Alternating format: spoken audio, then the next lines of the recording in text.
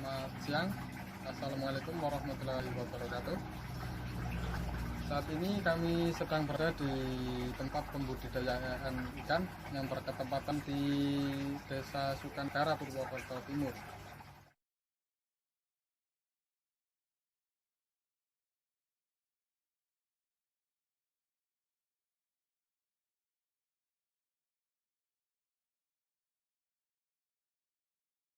Oke, sekarang kita sudah bersama Pak Wahyu, yang pemilik pembudidaya ikan air tawar. Hai, selamat siang Pak Wahyu. Siang Mas. Mau tanya-tanya sedikit nih tentang pembudidayaan ikannya Pak Wahyu. Oke, Latar siap. belakangnya ini apa saja? Jadi sebenarnya nek ngomongi latar belakang sih kan ini kan lagi musim pandemi ya Mas. Jadi saya bikin kayak gini tuh ya satu karena hobi, karena saya Iya. senang Iya. ikan itu ya. Iya. Yang pertama itu pastilah kita menjalani sesuatu kan pasti karena senang dulu. Yang kedua itu orang konsumsi ikan itu pasti tidak bosan dibanding kita konsumsi misalnya daging ayam atau daging sapi atau daging yang lain kan seperti itu. Kalau ikan lebih istilahnya lebih universal kalau menurut saya gitu. Dan juga harganya juga kan nggak terlalu mahal. Saya kan punya ikan ini, ikan mujair dan ikan patin. Ada juga ikan gabus juga. Oh, gabus juga ada ya Pak? Gabus juga ada. Nah, yang bikin saya seperti ini kan juga karena satu, yang pertama itu karena saya senang ikan, yang kedua saya senang makan ikan, yang ketiga nah itu pasti kan karena ada nilai konsumsinya, nilai ekonomisnya ya. Kalau 1 kilo 2 kilo sih pasti ya cuma segitu, tapi kalau kita berbicaranya lebih dari ratusan kilo atau bahkan mungkin hitungan ton kan kita juga kan hasilnya kan lumayan. Nah makanya daripada saya kan, saya juga latar belakangnya kan saya ini apa, saya bergerak, usaha saya yang satunya itu bergerak di bidang IT. Nah proyek-proyek IT kan sementara lagi di stop karena pandemi. Nah sepi job lah ya, istilahnya sepi job kan seperti itu. Kalau nah kan kita juga butuh untuk putaran uang juga, satu putaran untuk kebutuhan pribadi, yang kedua kan saya juga punya karyawan. Kalau saya nggak bisa ada sampingan, ada usaha yang lebih ini, ya saya pasti nggak bakal ini. Nah saya awalnya tadinya mau buat sampingan Mas, tapi ternyata lebih menjanjikan nih, makanya saya terjun serius di sini seperti itu Mas. Ya, berarti usaha ini bisa menggeser usaha lainnya ya Pak? Kalau menggeser sih kayaknya sih belum. Nah, Cuma kan ya kalau misalnya bener-bener lagi sepi job kan juga paling enggak kalau orang kalau saya jual ikan kan pasti ada yang beli itu aja ya, sih. ya. Jadi ya paling enggak lumayan lah. Terus kendalanya selama ini apa ya Pak tentang usaha ikan air tawar ini? Ya kendala sih kalau utamanya kita ikan itu kan sumber daya utamanya kan air. Nah kalau yang saya punya ini kan saya airnya kan dari sungai. Sungai. Jadi kadang kan kalau misalnya lagi musim kemarau kan pasti debitnya turun. Ya sebenarnya sih nggak begitu pengaruh karena saya juga punya sumur juga. Cuma kan kalau ngomongin sumur kan kita butuh pompa air, butuh listrik, kan gitu kan yang jadi menambah kos yang itu nantinya otomatis mengurangi laba di akhir tuh. Sama ya yang paling banyak sih paling predator, karena ini kan saya areanya kan cukup lumayan luas dan itu langsung berhubungan dengan kebun. Contoh kayak ada musang, linsang, burung-burung air, ular, itu aja sih kendala yang paling banyak, tapi nggak begitu pengaruh karena ikan saya juga banyak banget. Jadi kalau ngomongin itu paling cuma 1-2% minusnya. Kendala kecil tadi itu Pak. Ya. Oke, lanjut Pak. Ya. Langsung ke rencana ke depannya tentang pembudidayaan ini apa aja ya Pak? Kalau rencana sih ya banyak Mas. Yang paling utama sih karena saya kan masih konvensional. Ya otomatis ya saya pengennya yang modern. Contoh nanti semua ini airnya nggak perlu ngambil dari sungai itu aja. Sama ya pokoknya gimana caranya ini kita menjadi sebuah tambak yang modern. Itu cita-cita, walaupun tambaknya saya kecil tapi saya bisa tebar padat dan itu dapatnya nantinya hasilnya sangat padat. Itu ya cita-cita. Untuk mencapai ke situ ya butuh waktu mungkin ya sekitar 1-2 tahun. Artinya kalau boleh nyimpulin, dengan kolam yang tidak terlalu besar tapi hasilnya cukup menjanjikan gitu ya Pak Wahyu? Betul. Jadi target saya memang biar kita nggak perlu butuh space yang sangat luas tapi hasilnya kayak space yang luas. Oh. Gitu. Itu nanti kan itu namanya rekayasa fisika, biologi dan kimia itu ada di situ. Termasuk mekanik juga. Nah itu kalau sudah mencapai itu kita pengennya yang namanya saya juga IT guy kan. Bekerja di bidang IT, masa ya kolam saya nggak terbentuk dengan IT kan saya pengennya kayak gitu. Itu aja sih.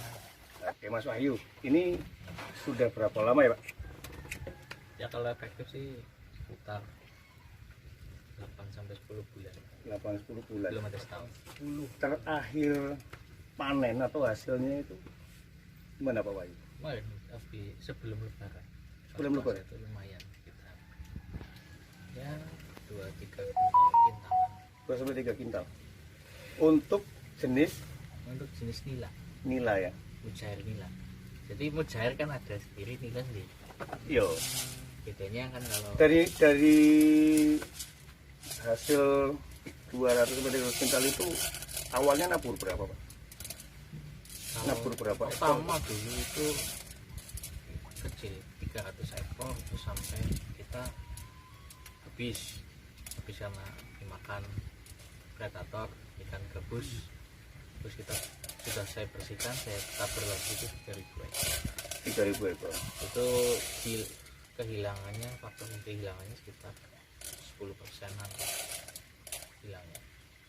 Nggak banyak sih, cuma ya kalau hitungan kolam kayak gini 10% itu banyak banget. Betul. Iya sih, dengan ukuran segini. Ya bayangin ya, dengan ukuran segini kita tanam berapa? Sekitar 3.000 ekoran di usaha awal 300 kilo. Mantap. Oke, kita sambil jalan-jalan ya Pak Wahyu. Kita mau lihat ikan nih, kebetulan habis ditabur ya. Kita habis panen kemarin, jadi kita ini masih embrio lagi untuk yang bukan embrio sih, ini udah ukuran sekitar. Cuman belum konsumsi ya Pak ya? Belum. Masih pembesaran. 2 Oke, kita jari akan ya. lihat ya. Nanti kita akan jalan-jalan, kita akan lihat ikannya. Mas Wahyu, ya, ini salah satu jenis ikan apa Mas? Coba. Coba ke sini Mas. Ke sini Mas. lihat aja, Biar kelihatan. Ini jenisnya mujair. Oh, mujair gitu ya. Cuma ini kan tak campur sama ini. Kalau mujair itu nilai produksinya itu kurang lebih berapa bulan misalnya? Kalau untuk layak konsumsi sih itu sekitar 5 bulan sudah. Kalau sehat ya, kalau bibitnya sehat itu 5 bulan sudah bisa dikonsumsi. Ini ciri-ciri ikan sehat seperti ini ya Pak ya? Nah itu Begitu dikasih umpan terus aktif seperti ini ya. aktif. Ini gitu. ini tandanya ikan sehat dan itu airnya juga bagus. Nah, itu kembali ikan apa Mas? Yang di samping itu? Nah ini kalau yang ini namanya ikan patin, Mas. Kalau ikan patin ini lebih lama lagi, cuma ya kalau ini bisa gede banget. Kalau nilai konsumtifnya antara ikan patin dengan ikan mujair tadi itu lebih menguntungkan mana Mas Wahyu kalau secara nilai ekonomis nilai bisnis gitu. Nah, kalau ngomongin nilai bisnis, jadi kalau apa namanya perbandingan ikan patin dengan ikan nila. Kalau ikan patin itu kan dia setahun baru bisa dikonsumsi. Oh gitu. Ya, jadi dan harganya juga nggak begitu mahal. Ya. Dibanding sama nila. Kalau nila itu kita umur 6 bulan, 5 bulan 6 bulan itu 1 kilonya itu bisa dijual 28.000 ke Tangkulak, Iya. 35.000 ke pasar umum. Seperti itu. Cuma kalau saya sih sudah ada yang ambil, jadi kisaran 25 sampai 28 tergantung size-nya. Tapi kalau ini sudah apa namanya, kalau patin itu karena dia tumbuhnya sudah lama, makanya juga sebenarnya rakus, tapi memang waktunya lama dan nilai ekonominya lebih murah. Jadi kalau ngomongin kita di jualan ikan patin, malah misalnya kalau full pellet kayak gitu. Oh gitu. Nah, untuk mengantisipasi yang tadi Mas Wahyu, Pak Wahyu itu bilang kalau dengan pakan pelet itu secara ekonomis kan akan mengeluarkan kos yang banyak, rugi gitu loh. Nah, untuk mengatasi hal itu mungkin kan salah satu kendala. Mengatasi hal itu Pak Wahyu pakai pakan apa biar secara nilai ekonomis lebih menguntungkan? Atau solusi mungkin? Nah, ini jadi kalau ngomongin pakan itu saya juga lagi berusaha untuk mandiri pakan. Ini kebetulan saya kan lagi kerja sama perusahaan roti. Ya betul. Kalau ini kan saya ngambilkan roti-roti bekas Ya, yang betul. sudah tidak layak konsumsi manusia. Betul. Saya bikin tepung, saya jemur sendiri, bikin tepung, terus saya bikin salad Betul. sendiri. Iya iya. Otomatis biaya produksinya lebih murah. Iya iya pastinya Gitu. tentunya seperti itu Pak Wahyu. Jadi kalau kita full pellet beli, waduh, nggak bakal Bakal itu ya Pak Wahyu, nggak ada bakal iya, apalagi selisihnya. kan satu tahun juga ini kan Ya, hidup kan betul. 1 tahun baru gede, Iya iya baru iya. bisa Iya. dimakan, baru bisa dimakan. Tapi mungkin kalau dengan pemikiran Pak Wahyu tadi, dengan pakanan alternatif yang akan dibikin sendiri, mungkin walaupun dalam setahun ini baru bisa terjual, tapi tentunya akan lebih menguntungkan ya Pak Wahyu. Betul. Ya, ya. Ya masih ada selisihnya Ya. lah. Ya, ya. Tapi kalau bedanya sama nila kan, kalau nila kan saya juga kan tak kasih makan makanan daun-daunan biar dagingnya juga enak. Karena kalau full pellet ya kebanyakan itu nanti lebih ke istilahnya kayak bau tanah kalau. Oh gitu ya. Kalau Dari, di dari tempat- rasa tetap akan beda gitu ya. Iya, kalau di tempat saya bisa jaminan Ah, apa ya, ikannya nggak beda. Kalau mau nanti ini kan saya sudah masak kebetulan. Iya iya ya. Nanti kita kita coba- lanjut makan lah ya. Kita langsung lanjut makan, makan, ya. monggo. Yang ada sambelnya itu Pak Wahyu. Sambal terasi. Oke, sambal terasi. Oke. Jadi monggo dirasakan sendiri. Ini kan Ah. ya ala kadarnya lah. Ya. Nah, mungkin tadi kan udah ditanyakan sama teman saya juga Pak Wahyu dari awal kayak kendala, terus Pak Wahyu mungkin ada prospek sehingga Pak Wahyu dari tadinya IT yang kontraktor IT katakan begitu, IT, tapi karena pandemik, terus Pak Wahyu sebagai pengusaha itu berpikir gimana caranya menyelamatkan tenaga, sehingga Pak Wahyu membuat usaha bidang lain, malah justru bidang yang sangat jauh berbeda gitu loh. Ya. Satu IT, satu malah di air katakan gitu, pembudidayaan ikan. Nah itu Pak Wahyu kok bisa malah pindahnya justru ke pembudidayaan ikan itu. Kira-kira Pak Wahyu ada prospek apa gitu loh, sehingga mungkin di daerah sini gimana, mungkin Pak Wahyu kan lebih tahu prospek untuk ke depan kok, sehingga Pak Wahyu lebih tergerak di sini gitu sebagai pengusaha. Ya kalau berbicara masalah prospek, sebenarnya yang banyak yang nggak tahu itu sebenarnya ikan itu kita konsumsinya sangat banyak. Betul.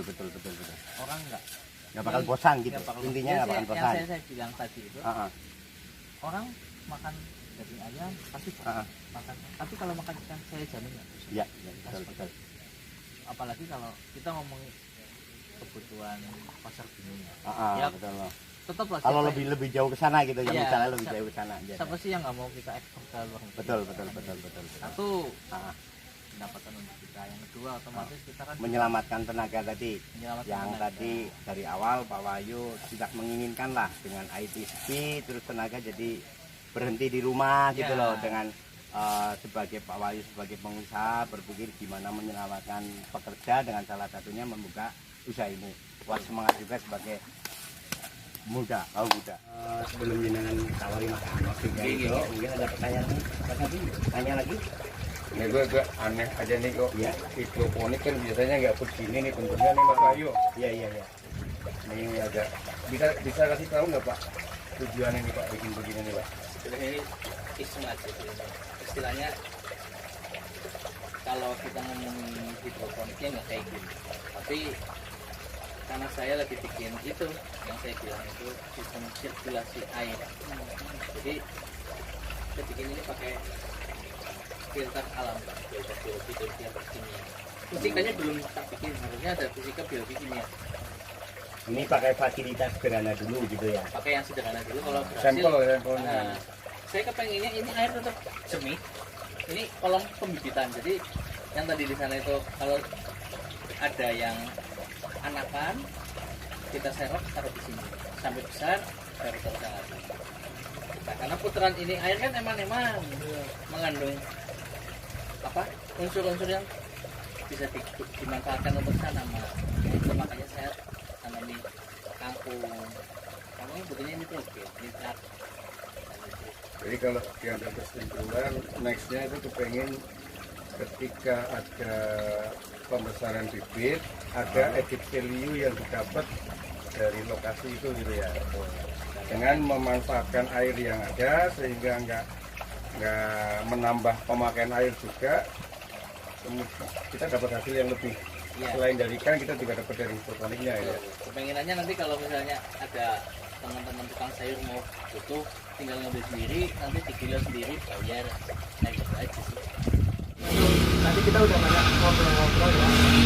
Nah, kira-kira selama berjalan usaha ini ada nggak sih pengalaman yang berkesan? Ya kalau pengalaman kesan sih pasti banyak. Contoh yang sama saya kan senang mancing. Saya kan pengen mancing dengan kolam sendiri. Kembali ke tadi yang kita ngobrol awal, saya memang hobi ikan. Makanya kalau ngomongin kesan, pokoknya saya lagi stres nih, lagi banyak urusan pekerjaan yang belum selesai lah, atau mungkin lagi nggak ada orderan lah segala macam, saya kolam ambil pancing ikannya digoreng kan asik. Nah, kan teman-teman kan silakan kalau mau pada main, saya membebaskan, saya nggak harus masang tarif sekian, enggak. Pokoknya kalau teman-teman mau kepengen mancing lah apa segala macam, jadi saya prinsip saya bermanfaat beda saya sendiri juga. Berarti bisa untuk pelampiasan ya tuh, sharing-sharing juga ya Pak? Iya, makanya kan kenapa kita tadi ngobrolnya di belakang itu kan ada saung-saung kecil itu kan. Ya fungsinya buat itu. Jadi kita lagi pusing nih, ayo Pak main, saya pengen mancing, ya silakan. Nanti tinggal mau bikin kopi lah apa segala macam. Mau mancing seharian silakan. Mau ikannya mau dibawa pulang ya silakan.